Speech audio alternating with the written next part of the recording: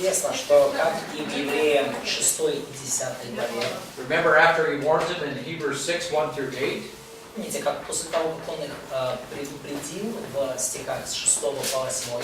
Right? It's parallel to Hebrews 10 now, the same what comes after the one. И вот это параллельно, да, 10 главе. Что происходит после предупреждения? Let's read verses 9 through 12. Давайте прочитаем стихи с 9 по 12, 6 глава. 6 глава, 9 по 12 стих. Та ми сподіваємося, любі, кращого про вас, що спасіння тримаєтеся, хоч говоримо і так. Та не є Бог несправедливий, щоб забути діло ваше та працю любові, яку показали в ім'я Його, що ви, що святим послужили та служите. Ми ж бажаємо, щоб кожен із вас виявляв таку ж саму завзятість, напевність, надіюсь аж до кінця, щоб ви не розлінились, але переймали від тих, хто обітниці спадкує вірою та терпеливістю. Yeah, so now let's turn to Hebrews 10, 32 to 39. Basically, it's the same thing, just a longer discussion. И давайте сейчас откроем 10 главу с 32 по 39 стих. И по сути это одно и то же написано, просто чуть дольше. So Katya, read verses 32 through 39 for us. Прочитай, пожалуйста, Катя, с 32 по 39 стих. Вспомните прежние дни ваши, когда вы, быв просвещены, выдерживали великий подвиг страданий, то сами среди поношений и скорбей, служа зрелищем для других, то принимая участие в других, находившихся в таком же состоянии. Ибо вы и моим узом сострадали, и расхищение имения вашего принимали с радостью, зная, что у вас есть на небесах имущество лучшее и неприходящее. Итак, не оставляйте упования вашего, которому предстоит великое воздаяние. Терпение нужно вам, чтобы, исполнив волю Божию, получить обещанное. Ибо еще немного, очень немного, и грядущий придет, и не умедлит. Праведный верою жив будет, а если кто поколеблется, не благоволит к тому душа моя. Мы же не из колеблющихся на погибель, но стоим в вере к спасению души. Yeah, so very similar to Hebrews 6. After he warns them, he encourages them. И очень похоже на Евреям 6 главу, после того, как он их предупреждает, он их ободряет. Now this means that they have not, most people in this Hebrew assembly have not crossed that line И это of no похоже. recovery. They haven't got there. They're close, but they haven't crossed it. Это означает, что, похоже, что большинство людей в этой группе евреев, они еще не перешли точку невозврата. То есть они близко к ней, но они еще не пересекли ее. So remember, some people quit going to church, so there may be some people that have done this. И мы знаем, что, 10:25. помните, да, 10-25, глава 25 стих, что некоторые люди перестали, покинули поместную церковь. То есть, может быть, некоторые из них действительно уже перешли черту. So this book has been written to protect them from doing that, from happening to И them. эта книга написана для того, чтобы защитить всех остальных и защитить их от этого. So now number 3, verses 32 through 39, the readers need endurance to persevere in their Christian faith. Итак, третья арабская строчка, Евреям 3:10, 32, 39. Читателям нужно терпение, чтобы выстоять в их христианской вере. And we already saw that in Hebrews 6, 11, and 12. И мы уже видели, да, Евреям 6 глава, 11-12 стих. Interesting, verses 32 and 34. И интересно, it's A, yeah? Yeah, 8, yeah. Да, и уже, латинское А со скобкой. Евреям 10, 32, 34. The readers are reminded of their former days of strong faith and ministry, but when they were persecuted. Читателям напоминается об их прошлых днях сильной веры и служения на фоне гонений. In number 1, verse 32, they were enlightened with the proclamation of the gospel. Арабская 1 со скобкой, Евреям 10, 32. Они были просвещены через провозглашение Евангелия. And then number 2, they were saved, and then they were subjected to a great conflict of suffering. И арабская 2 со скобкой, Евреям 10, 32, 34. После спасения они подверглись великому подвигу страданий. Okay, they've already been persecuted for their faith. То есть они уже подверглись гонениям за свою веру. I mean, how people can read Hebrews as unbelievers, I mean, it's just shocking to me. Для I меня, don't understand. я не понимаю, как вообще меня шокирует, как люди читают книгу Евреям и думают, что это про неверующих. So they've already suffered once. То есть эти люди, которым это пишется, они уже один раз минимум страдали за веру. Number one, Hebrews 10:33, they were made a public spectacle because of their faith in the grace gospel. И Римская 11. Евреям 10:33. Они стали публичным зрелищем из-за их веры в Евангелие благодати. You know, if you go back to the book of Acts, И when Paul was persecuted greatly by the early church, during the early church time, если вы читаете, например, книгу Деяний, когда апостол Павел во времена Первой Церкви подвергся очень серьезным гонениям, it becomes very clear that Paul was persecuted because he emphasized the grace gospel. если вы читаете Деяния, то очевидно, что Павел подвергался гонениям именно за то, что проповедовал Евангелие благодати. So they initially emphasized the grace gospel. They were persecuted for it. И изначально они подчеркивали Евангелие благодати, и они подверглись гонениям из-за этого. Now they're not being persecuted necessarily. Maybe it may be coming back, maybe. И сейчас они, не обязательно подвергаются гонениям, может быть, гонения возвращаются. But now they're going back to Judaism. Но теперь они решили вернуться в иудаизм. So it says, remember the former days. Remember, come on. И автор послания говорит им: эй, вспомните ваши прошлые деньки, You were вспоминайте. persecuted for your faith. Вы за вашу веру гонениям What подверглись. are you doing now? Что вы сейчас делаете? Number one, they were humiliated and reproached. Маленькая А с точкой, Евреям 10:33. Они были унижаемы и поносимы. Number two, they suffered distressing tribulation. Б с точкой, Евреям 10:33. Они пережили скорби. And then verses 33 and 34, they shared with those who suffered. И латинская 2, римская 2, Евреям 10:33, 34. Они делились с теми, кто страдал. So they ministered to one another because it was so bad. То есть они служили друг другу, потому что все было очень плохо. Number one, they sympathized with the prisoners who were in jail. А с точкой, Евреям 10:34. Они сострадали узникам в тюрьме. Now, a lot of people try to use this verse as a jail ministry, for a jail ministry. И некоторые люди, они используют этот стих как обоснование для тюремного служения. Знаете, да, тюремное There's служение? nothing wrong with jail ministry. That's great. Ничего нет плохого с тюремным служением, это великолепное служение. Okay, but we're talking about people who were thrown in jail unjustly. Но Christians were thrown in jail unjustly. здесь говорится о людях, которые попали в тюрьму несправедливо, о христианах, которые несправедливо оказались в заточении тюремном. So they were thrown in jail unjustly, and then the believers who weren't thrown in jail had great courage to still be concerned about it. They would go see him in jail. И они несправедливо оказались в тюрьме, и верующие, которые были, не оказались в тюрьме, they weren't in jail. Well, they would go see him in jail. Да, то есть Right? другие верующие, они оказались достаточно смелыми, чтобы проведать их, посетить их в тюрьму. Because it would be dangerous to go see him. They were thrown in jail, right? So То есть и было опасно ходить их посещать, потому что они были в тюрьме сидели. if I go see him, maybe they're going to throw me in jail too. И, может быть, если я пойду их проведать в тюрьме, может, и меня тоже посадят. So they sympathized with the prisoners who were jailed, То есть они сострадали узникам в тюрьме, and they accepted their material losses with joy. и они, и это уже Б с точкой, Евреям 10:34, они принимали их материальные потери с радостью. Verse 34, they did not suffer martyrdom, but loss of property. Значит, третья римская цифра, Евреям 10:34. Они не претерпели мученичество, но только потерю имущества. And remember, even Hebrews 12:4 says, "You have not resisted to the point of shedding blood." И Евреям 12:4 говорит, что вы еще не до крови сражались.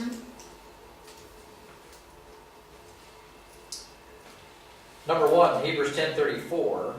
И латинская А с точкой, Евреям 10:34.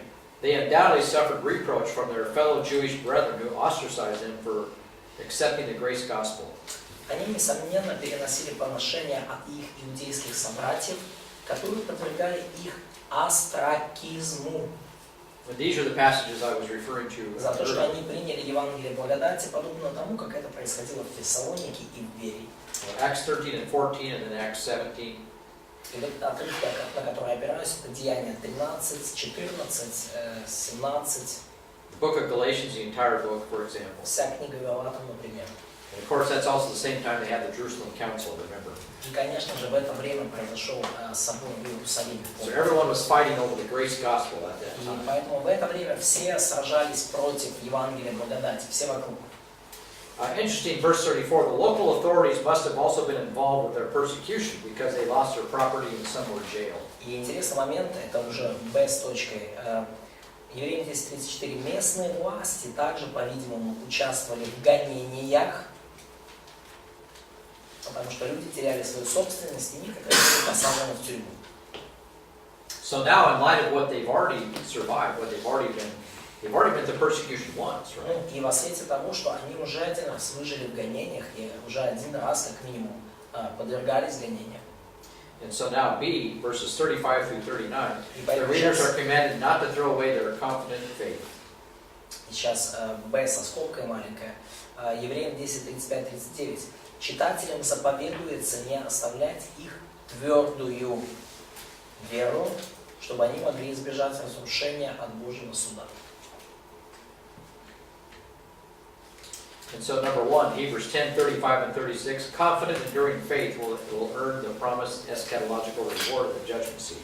Арабская 1 со скобкой, Евреям 10:35-36.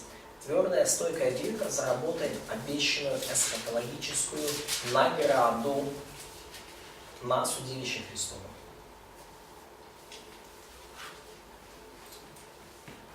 And that's Hebrews 6:7. И это Евреям 6 глава 7 стих. Let's read that. Давайте прочитаем Евреям 6 глава 7 стих. Sergey shouts 6:7. Серьезно. 6 глава 7 стих послания к Евреям. Земля, пившая многократно сходящий на нее дождь и произвращающая злак, полезна тем, для которых и возделывается, получает благословение от Бога. Yeah, so there's their reward, blessing. Есть благословение, есть награда. And then verse 12, again, read that. Стих 12, пожалуйста, прочитай снова. Чтобы вы не обленились, но подражали тем, которые верой и долготерпением наследуют обетование. And so Roman numeral 1, Hebrews 10:35, И римская маленькая 1, это Евреям 10:35. receiving what is promised. What is it? It's a reward. The reward and eternal inheritance. Получили обещанное. Что это? Это награда. Награда – это вечное наследие в Божьем будущем царстве покоя. And we already read Colossians 3 today. Основано на послушании веры, и мы уже читали сегодня, да, Колоссянам 3:23-25. Hebrews 4 commands them to be diligent to enter God's rest, right? Hebrews 4:11. И Евреям 4 глава 9-11 стих говорит, чтобы мы постарались, да, были усердны в том, чтобы войти в покой оный. Let's turn to Matthew 5. Давайте сейчас откроем Матфею 5 главу. Let's start at verse 1. Masha? И начнем с 5 стиха. Матфея 5, с 1 стиха. Маша.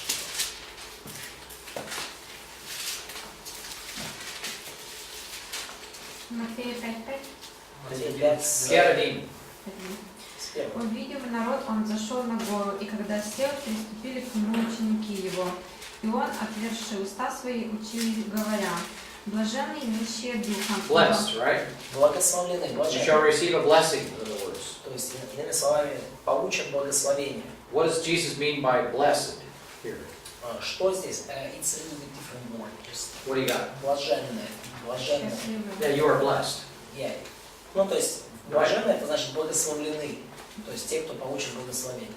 Yeah, what does that mean? Что это значит? What does it mean to receive a blessing in Hebrews? Что это значит получить благословение в послании к евреям? Получить возможность править наследство. Opportunity to Правильно. Yeah, exactly. It means to receive a reward, a heavenly reward. получить награду, небесную награду. Keep reading. Пожалуйста, например. Блаженные нищие духом, ибо их есть Царство Небесное. Блаженные плачущие, ибо они утешатся. Блаженные кроткие, ибо они наследуют землю. Блаженные See, there's inheritance. алчущие. See, there. Вот это здесь наследие, да, видите? The kingdom. Царство. Keep reading. Дальше. Блаженные алчущие и жаждущие правды, ибо они насытятся. Блаженные милостивые, ибо они помилованы будут. Блаженные чистые сердцем, ибо они Бога узрят. All right, Katya, that's Hebrews 12, Катя, это вот Евреям 12 глава, verse 8. стих 8. Without sanctification, no one will see the Lord. Yes? Без освящения никто никогда не увидит Yes, Господа. that's a blessing. That's a reward for obedience. Это благословение, это награда за послушание. Keep reading. Дальше. Блаженные миротворцы, ибо они будут наречены сынами Божьими. Блаженные изгнанные за правду, ибо их есть Царство Небесное. Блаженны вы, когда будут поносить вас и гнать, и всячески неправильно злословить за меня. Радуйтесь и веселитесь, ибо велика ваша награда на небесах. Так гнали и пророков, бывших прежде вас. Your reward will be great. Ваша награда будет велика. So all those blessings he talks about are based on obedience. See, Итак, to God's plan, God's kingdom. Обо всех этих благословениях, и все эти благословения основаны на послушании Божьему плану. And so if you do these things, you're going to be blessed. You're going to receive a reward from the Lord. И если вы делаете это, вы будете блаженны, благословлены, вы получите награду от Бога. And so number 2, Hebrews 10:35 and 36. Так, Роман 2, yes? Yeah. Да, Римская 2, маленькая строчка. Евреям 10, 35-36. The inheritance reward is to the right to rule in God's kingdom as co-heir, as heir owners, so that the faithful saints will receive what was promised, what has been promised. Награда наследия – это право царствовать в Божьем Царстве как наследники. Так что верные святые получат то, что было обещано. We already saw this in Hebrews 2 and Hebrews 4. И мы видели это уже в Евреям 2 главе и в 4. We've seen this in Matthew 5. Мы видим это в 5 главе Матфея. Let's turn to 1 Corinthians 6, shall we? 1 Corinthians Но давайте 6. откроем 1 Коринфянам 6. And Виталий, пожалуйста, прочитай. Далее, как вы смеетесь выносить свои поношения? Далее, как вы смеете выносить свои споры на решение суда, состоящего из неверующих людей, вместо того, чтобы ваше дело разбирали святые? Разве вы не знаете, что святые будут судить мир? Если вам предстоит судить мир... See, that's what God has called us to in the Вот future. это то, к чему нас Бог призывает в будущем. See, that's going to be the kingdom which is coming. We're going to judge the world. И будет царство, грядет царство, и в этом царстве мы будем судить мир. Okay, keep reading. Если вам предстоит судить мир, то неужели вы не можете разрешить более мелкие дела? Разве вы не знаете, что мы будем судить ангелов? Неужели же мы не можем сами разобраться в наших житейских Did you вопросах? read that? Вы читали это? We're going to judge angels. Вы будете судить, мы будем Okay, судить that's ангелов. part of your inheritance, И это часть вашего наследия, part of your pension. часть вашей пенсии. Okay, look forward to it. Ожидайте этого. See, today we're getting kicked around by the world. They're just making fun of us. We're getting kicked around. И сегодня нас мир просто пинает как мячик, и смеется с нас, и поносит, и как бы высмеивает нас. They laugh at us. Да, то есть прикалываются с нас. Payback is coming. Возмездие грядет. Deeds are plotted. Да, Free guilt. интересно гневу Божьему. So just trust God. Today we're going to get kicked around. Trust the Lord. Доверяйте Богу, когда в эти дни, сегодня вас просто пинают и поносят, и унижают. But payback is coming, Доверяйте Богу, и возмездие грядет. and you get to kick around some angels. Расплата грядет, и вы еще пнете некоторых ангелов. It's going to be fun. И это будет весело. Christianity is fun. Христианство вообще веселое дело. You look forward to these things. Очень все. Постоянный адреналин. Ожидайте этого. It's constant adrenaline. It's really funny. Пожалуйста, keep reading. В этом, Давайте читать. в этом случае лучше ставьте судьями над собой самых незначительных в вашем собрании. Неужели среди вас не найдется разумного человека, который мог бы рассудить споры между верующими? Вы же подаете на суд друг на друга, и вас судят неверующие. Уже одно то, что вы подаете друг на друга в суд, является полным поражением для вас. Не лучше ли остаться пострадавшим? Не лучше ли остаться обманутым? А вы сами обманываете и обворовываете своих братьев. Разве вы не знаете, что неправедные не наследуют Царство Божьего? Смотрите, чтобы вам не обмануться, никакие развратники, никакие идолопоклонники, нарушители супружеской верности, продажные гомосексуалисты или мужеловцы, воры, корыстолюбивцы, или пьяницы, клеветники или мошенники Царство Божьего не наследуют. Okay, I mean, you see what's happening here? Вы видите, что тут People think происходит? this is for unbelievers. No, it's not. И люди думают, о, это все для неверующих. This Нет. is no different than Hebrews. И здесь это не для неверующих. You will not inherit rest. Вы не войдете в покой. You know, if you continue to sin willfully, you will not inherit the kingdom of God. Если вы произвольно грешите, продолжаете произвольно грешить, вы не наследуете Божье Царство. If you steal from your fellow brother, Если вы воруете у своих братьев, then of course you take each other to court over this, и right? потом вы таскаете друг друга по судам за это, You can't handle this kind of stuff. и If you can't handle these kinds of вы things on если the earth. с такими вопросами не можете разобраться, такие вопросы не можете решить. So again, this is a warning. И опять же, это предупреждение. So Paul first reminds them of their privileges, verses 1 through 8. И Павел в стихах с 1 по 8 он им напоминает об их привилегиях. Our inheritance is to judge angels. О том, что наше наследство – это право судить ангелов. But if you live an ungodly life, Но если вы живете нечестивой жизнью, you're going to lose your inheritance. вы потеряете свое So наследство. this is for believers. И это для верующих. I mean, every time they see a warning, oh, that's for unbelievers. И люди-то некоторые так, они видят предупреждение и говорят, ага, это для неверующих. It's amazing. Потрясающе. It's like a mama, you know, that wants to always protecting her kid all the time. You know, it's like a mom that protects her kid and actually spoils him. It actually spoils him. Makes him. Да, ага, я гачу. Это как мамочка, которая постоянно пытается защитить как-то своего ребятеночка, и в итоге только развращает. So the kid never gets disciplined. И этот ребенок никогда не подвергался He grows up to be a дисциплине. spoiled brat. You know, he grows up to be a spoiled brat. You know, a spoiled kid. И он вырастает разбалованным и развращенным ребенком. There's no respect for authority, Не уважает власти, and it's not good. и ничего хорошего нет. Okay. So again, this is for believers. И это все для верующих. 1 Corinthians 3, no loss of reward. 1 Коринфянам 3 это о потере награды. 1 Corinthians 5, sin unto death. 1 Коринфянам 5 грех к смерти. 1 Corinthians 6, you will not inherit the kingdom. 1 Коринфянам 6 вы не наследуете царство. 1 Corinthians 9, you may lose the prize. 1 Коринфянам 9 вы можете потерять награду. 1 Corinthians 10, Exodus generation. Венец, да? 1 Коринфянам 10 поколение исхода. 1 Corinthians 11, sin unto death. 1 Коринфянам 11 снова грех к смерти. It's no different than Hebrews. Ничего, то есть совершенно очень все похоже, почти никакого отличия от See, послания. and Hebrews will help us explain those passages. This is the most systematic explanation of loss of reward. И послание к евреям помогает нам объяснить эти отрывки. Это наиболее систематичное послание, систематичный труд о потере награды. And so when you see a verse like 6, 9, and 10, right, what are you going to do with that verse? How are you going to understand?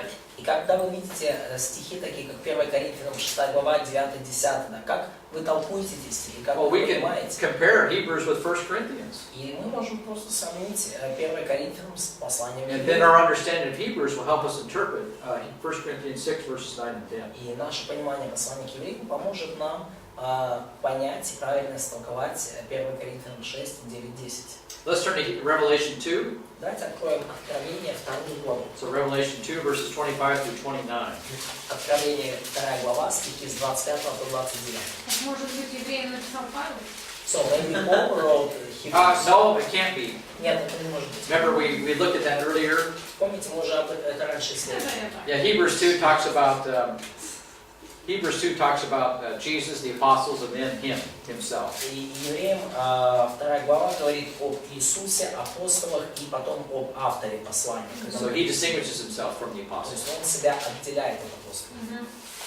Revelation 2:25. Итак, Откровение Оксана? 2:25. Оксана. Тільки те, що ви маєте, тримайте, аж поки прийду. All right, so persevere in your faith. То есть будьте стойкими, терпеливыми в своей вере. Okay, I teach perseverance of the saints for eternal reward, not for salvation. Я учу стойкости святых для вечной награды, а не стойкости святых для спасения. That's the biblical presentation, the Вот perseverance of the saints. Вот это именно и есть библейское понимание, библейская подача стойкости святых. Verse 26. Стих 26. А переможцеві і тому, хто аж до кінця додержує мої вчинки, я дам йому владу над поганими. Yeah, he gets to rule. Да, то есть побеждающий будет править. Verse 27. Стих 26, 27. І буде пасти їх залізним жезлом. Вони немов глиняний посуд, покрушаться, як і я одержав владу від свого Отця. І дам я йому зорю дослідну. Хто має вухо, хай чує, що дух промовляє закон. Okay, he who has an ear. See, Имеющий ухо слышит, да слышит. that's the individual. He who has an ear. И это на личном уровне. Каждый, у кого есть ухо, Not слышит, everybody. да слышит. Не каждый. Не каждый слышит. Let's go to chapter 3, verses 19 through 22. Galia? One more. Да, Откровение 3, 19, 22, пожалуйста. Откровение 3, 19, 22. Кого я люблю, тому докоряю, картаю того. Будь же ревний і покайся. If God, permits, right? Если, If God permits repentance, right? если Бог даст покаяние, да, если Бог разрешит покаяние. Помните, первое Петра, да? Читайте дальше. Ось я стою під дверима та стукаю. Коли хто почує мій голос і двері відчинить, я до нього вийду і буду вечеряти з ним, а він зі мною. Переможцеві сісти я дам на моєму престолі зі мною. You let me in, right? Пустите меня, пожалуйста, внутрь. You're going to listen to me. Слушайте меня. Okay, listen to my word. Слушайте мое слово. Пожалуйста. Переможцеві сісти я дам на моєму престолі зі мною, як і я переміг був, і за цим своїм сів на престолі його. Хто має вухо, хай чує, що Дух промовляє церквам. Okay, who is the one who has fellowship and dines with the Lord? И кто тот, кем является тот, кто имеет общение с Богом и умирает? The one who listens to the word. See? С Ним. Общение. И дай с Ним. И вечеряет с Ним, да? Тот, кто слушает Слово. Yeah, listen to the word of God. Yeah. Да, то есть кто имеет общение и вечеряет с Богом? Тот, кто слушает Слово Божье. Okay, Roman numeral number 3. Римская 3. Hebrews 10:36. С точкой Евреям 10:36. Let us turn to Luke chapter 19. И давайте откроем Луки 19 главу. So here, this describes how God will reward believers for their faithfulness in the future kingdom with their inheritances. И Луки 19:1-27 подробно говорит о том, как Бог будет награждать верующих за их верность, давая им соответственное наследие в будущем царстве. So let's read verses 11 through 27. И давайте прочитаем стихи с 11 по 27. And whose turn to read? И кто будет читать? Я уже читать. 19:11. Когда же они слушали это, присовокупил притчу, ибо он был близ Иерусалима, и они думали, что скоро должно открыться Царствие Божие.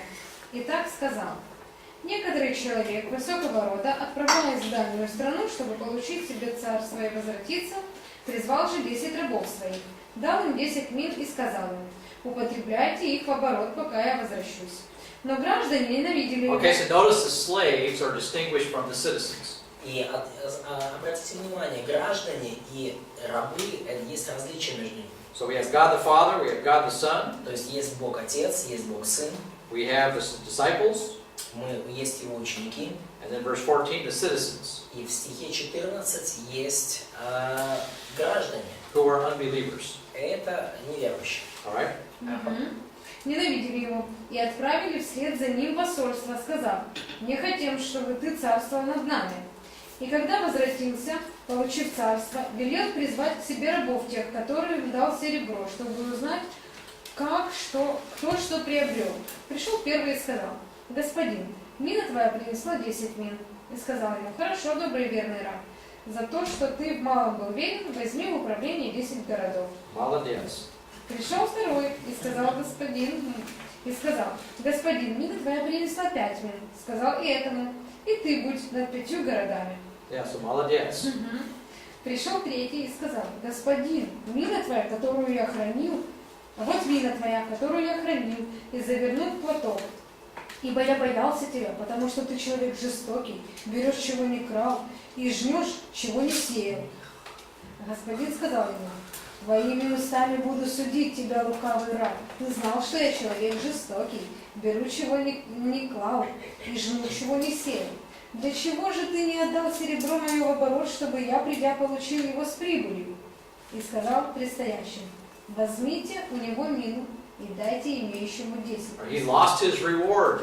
Он потерял свою награду. And that reward went to somebody else. И эта награда пошла кому-то другому. It went to the one who had the most. И пошла тому, у кого было больше всех.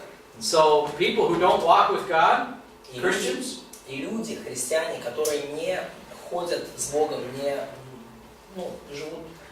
their pension is going to go to somebody else. Христиане, которые не живут с Богом, их пенсия уйдет кому-то другому. And this is going to be public. И это будет все публично, все это будет видно всем. Okay, keep reading. Читайте И дальше. сказали ему: «Господин, у него есть 10 мин. Сказываю вам, что всякому имеющему дано будет, а не умеющего отнимется и то, что имеет». All right, so that's the disciples. Это вот ученики. No, verse 27. «Врагов же моих, тех, которые не хотели, чтобы я царствовал над ними, приведите сюда и избейте предо мною». All right, you see what's happened here is that Видите, что происходит тут? even the disobedient slave is distinguished from these enemies of mine, И from даже the citizens.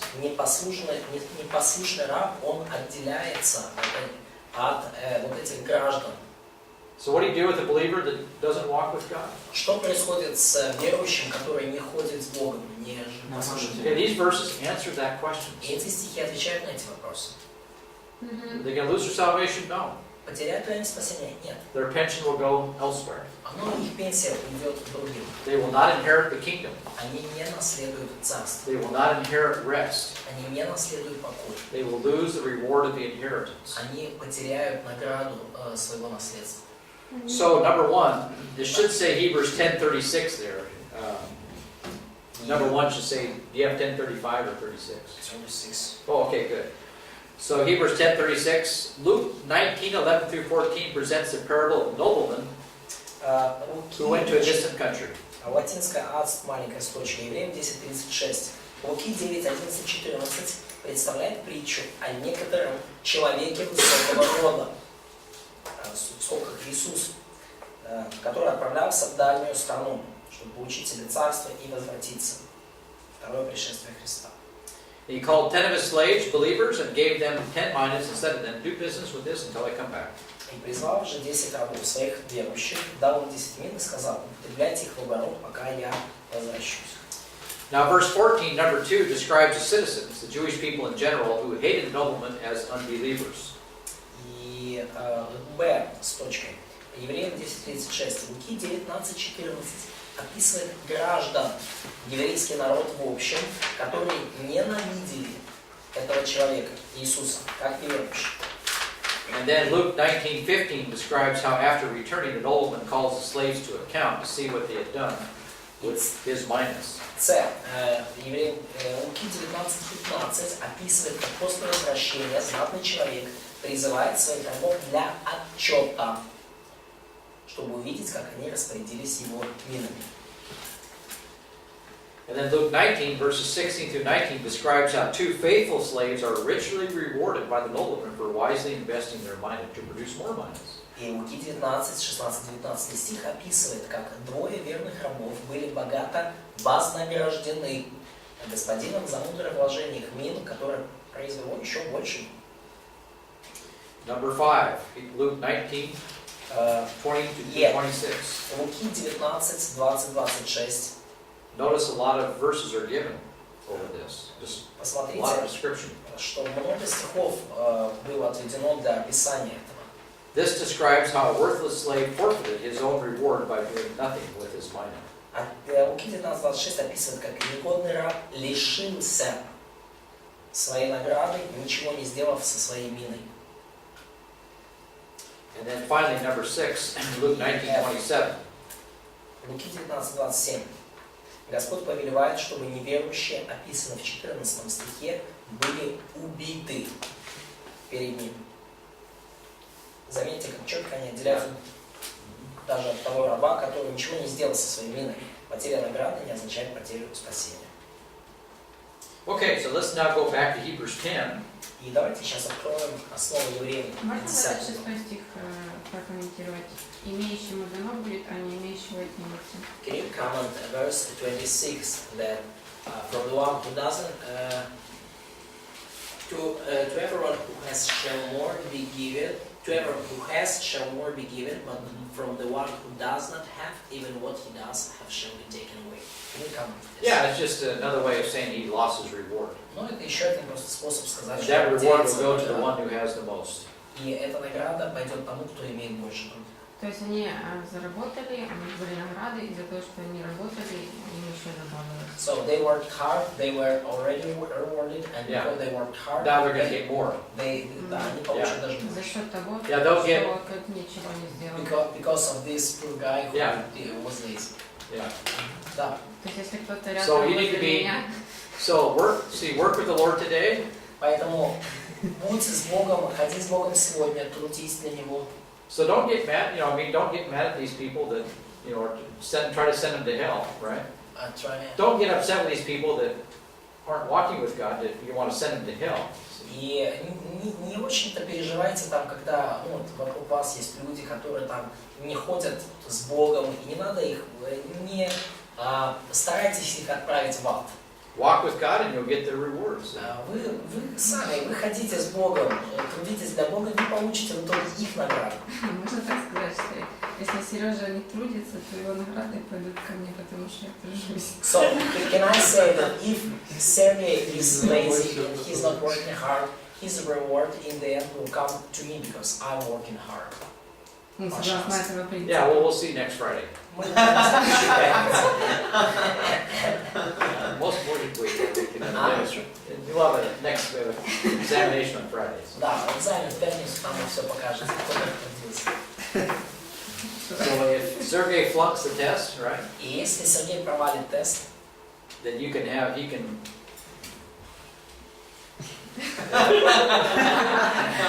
Не you может. have to figure out something. You can have his lunch or something. я не знаю, ты в обед получишь, не надо решить еще. Нет, только не один. Please not lunch, don't touch lunch. I think you're probably right. Yeah. Okay. Anyway, let's go back to Hebrews. Хорошо, возвращаемся. I don't know all the details. Я не знаю все детали, It's good because we don't see this yet, потому что мы этого пока не видим. but it will become clear. Но это станет очевидно. It's going to become very real. Это станет очень реально.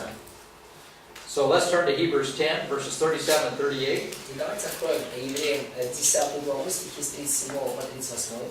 And Masha, would you read those verses? Маша, прочитай, пожалуйста, эти стихи. Ибо еще немного, очень немного, и грядущий придет и не умедлит. Праведный верой жив будет, а если кто поколеблется, не благоволит тому душа моя. Мы же не исколеблющиеся на погибель, но стоим в вере к спасению души. Okay, so verses number 2 now, verses 37 and 38. Итак, вторая арабская со скобкой, Евреям 10, 37, 38. Habakkuk 2, 3, and 4 reaffirms the righteousness that comes by faith in great contrast to the destructiveness of unbelief. Авакум 2, 34, 2, 3, 2 глава, 34 стих подтверждает, что праведность приходит через веру в большом контрасте с разрушительностью неверия. And if you look at the context of Habakkuk 2, И если вы посмотрите контекст Авакума 2 главы, number 1, Hebrews 10:37, Римская 1, Евреям 10, 37. speaking of the impending Babylonian invasion due to Israel's idolatry, Habakkuk 2:3 reminds the readers of the imminent judgment of God. Говоря о надвигающемся нашествии Вавилона, вызванном идолопоклонством Израиля, Авакум 2.3 напоминает читателям о неизбежном Божьем суде. Еще немного, очень немного, и грядущий придет и не умедлит. And so number 2, Hebrews 10:38, in light of the incoming invasion of Babylon, Habakkuk was commanded by God to live by faith. И Римская 2, Евреям 10.38, в свете грядущего нашествия Вавилона Авакуму заповедано Богом жить верой. Праведно верою жив будет, а если кто поколеблется, не благоволит к тому душа моя. Number 1, Hebrews 10:38, Маленькая с точкой, Евреям 10.38. the righteousness by faith is not here emphasizing justification by faith without works. Праведность от веры здесь не ставит акцент на оправдании по вере без дел. But that a righteous spiritual life can only be lived by faith, as the author prepares his readers for Hebrews 11, the Hall of Fame of Faith, coming up very soon. Но на том, что правильной духовной жизнью можно жить только по вере, так как автор подготавливает своих читателей к Евреям 11. Interesting, number 2. Залу славы веры, где ветхозаветные святые действуют героически по вере, несмотря на различные трудности. И интересно номер Б с точкой. Hebrews 10:38. Евреям 10:38. Remember Paul talks about, I'm not ashamed of the gospel, and he says it's from faith to faith, right? Remember that? И вы помните, как в Римлянам 1 главе 17 стихе апостол Павел говорит, что «Ибо я не стыжусь благовествования Христову», и там он говорит, что это от веры в веру, да? Yeah, he also quotes Habakkuk 2:4. Same passage is quoted. И он также там цитирует Аввакума 2:4, отрывок, и как написано, правильной верой уже будет. And when Paul says faith to faith, it speaks of a spiritual life which is lived by faith. И когда Павел использует вот эту фразу «вера в веру», он здесь говорит о духовной жизни, проживаемой по вере. Жизни там. Of course, that would be Romans 6-8. И это, как этому учит Римлянам 6 глава, 8 стих. Римлянам 6 с 6 по 8 главы. А? Не понимаю. Вера в веру скорее говорит о духовном жизни. I don't understand this. I don't get it about the face-to-face. It's all about, it said we start in faith and we end in faith. То есть идея в том, что мы начинаем с веры, и верой же заканчиваем. So we're justified by faith and we live by faith. То есть мы оправданы верой, потом мы живем верой. And then Romans 1-8 explains that whole process, how that all works. И Римлянам с 1 по 8 главу она четко объясняет, как вообще весь этот процесс For работает. past salvation, justification, Наше прошлое спасение, оправдание, and then our present salvation, sanctification. и наше нынешнее спасение и просвещение. And so Hebrews 10:38 is no different, same thing. И Евреям 10:38 оно ничем не отличается, то же самое. So number 3, Hebrews 10:38, God takes no pleasure in those who shrink back in unbelief.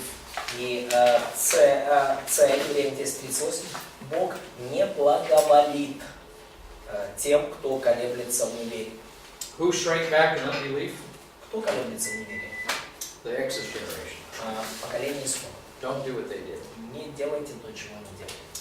And so number 3, Hebrews 10:39. Третья арабская со скобкой, Евреям 10:39. The author reminds them, that's contradictory to who you really are. И автор напоминает читателям, что они не из тех, кто колеблется на погибель, но стоят в вере к спасению души. То есть это не то, кем они на самом деле являются. For you to shrink back in unbelief is contrary to how God has made you in Christ. For you to shrink back in unbelief is contrary to how God has made you in Christ. То It's есть contradictory. для вас колебаться в вере это совершенно противоречит тому, как Бог задумал и создал вас во Христе. Number 1, Hebrews 10:39, their very being or essence as Christians is designed by God to lead to a life of faith and the preservation of their souls or hearts. И римская «и» с точкой Евреям 10:39. Сама их сущность, как христиан, предназначена Богом для жизни веры и спасения их душ, то есть сердец. Number 1, Hebrews 10:39 is interesting. The word soul, Greek word soul, can also mean life or heart, or even self, depending on context. Маленькая «а» с точкой Евреям 10:39. Греческое слово «душа» может также означать жизнь или сердце, или даже личность, в зависимости от контекста. So we can, the preservation of the life or the heart. И может речь говориться о спасении или сохранении жизни или сердца. Number 2, Hebrews 10:39, Hebrews 4:12 speaks on how the Word of God separates the soul from the spirit. Маленькая «б» с точкой Евреям 10:39. Евреям 4:12 говорит о том, как Божье Слово отделяет душу от духа. And so the word soul in Hebrews does not necessarily refer to the whole Christian man, in other words. И поэтому слово «душа» в послании к евреям, следовательно, не относится к цельной личности христианина. Interesting, number 3, Hebrews 10:39. И «С» маленькая с точки Евреям 10:39. Это интересно. After giving his readers a list of the Old Testament examples of faithful heroes in chapter 11, which culminates in the life of Christ, The author of Hebrews exhorts his readers not to grow weary and lose soul. That's what it says in Hebrews 12:3. После предоставления своим читателям перечня ветхозаветных героев веры в Евреям 11 главе, кульминацией которого был сам Христос, как высший пример человека, жившего по вере, это Евреям 12 глава начала, автор послания побуждает своих читателей не изнемочь и не ослабеть душами. In other words, number 4, Иными словами, это уже Д маленькая строчка. losing soul is here translated as losing heart, and is parallel to growing weary. Ослабление душами – это параллельно ослабеванию сердцем или изнеможению. Изнеможению слова в пропущенное. Or Душами параллельно изнеможению. we can say it another way, number 5, Hebrews 10:39. Или иными словами, мы можем сказать, вот, и это уже Е маленькая строчка, Евреям 10:39. Living by faith will preserve the soul. Жизнь по вере спасет душу. And then number 6, Hebrews 10:39. И номер 6, то есть я прошу прощения, Е строчка маленькая. Similarly, Peter admonishes us F строчка. Подобным образом призывает и Петр. Peter says, "Beloved, I urge you as aliens and strangers to abstain from fleshly lusts which wage war against the soul." Возлюбленные, прошу вас, как пришельцев и странников, удаляться от плотских похотей, восстающих на душу. 1 Петра 2:11. See that flesh or sin nature wages war against the soul. Плоть или греховная природа ведет войну против души. And so if we give up that battle, if we give that battle up, we're Души христианина. И вот если мы проигрываем эту битву, то, да, несмотря на то, что они являются родом избранным, царственным священством, народным святым, людьми, взятыми в удел. 1 Петра 2:9. And so finally, Roman numeral 2, 10:39. И вот последнее, да, это Римская 2, Евреям 10:39. It is a contradiction of their very Christian essence to shrink back in destruction and unbelief as the exit generation did. Это противоречит самой их христианской сущности, колебаться на погибель и неверие, подобно поколению исхода. В соответствии с контекстом послания к евреям, личная погибель здесь не подразумевается. То есть жить по вере спасет душу от изнемождения. Изнемождение, да. Душа... Нет, подожди, это ты где? Ну, я просто... Да, изнеможение. Сама суть я пытаюсь понять. So, the life of by faith will save their life from, save their soul from losing Save their heart, save their life. А душа изнемождает из-за того, что она борется за греховной плотью? So, does soul, become weak because of the struggle? Well, yeah, the flesh will wage war against the soul, as it says. The flesh will wage war against the soul. Да, и написано, что плоть, она борется с душой. So if you don't walk by faith, you're going to lose that battle. И если вы не ходите верой, не живете верой, вы эту битву проиграете. So that will preserve us. И жизнь веры таким образом нас сохранит, спасет. Okay, I think that's enough for today. Я думаю, что на сегодня достаточно.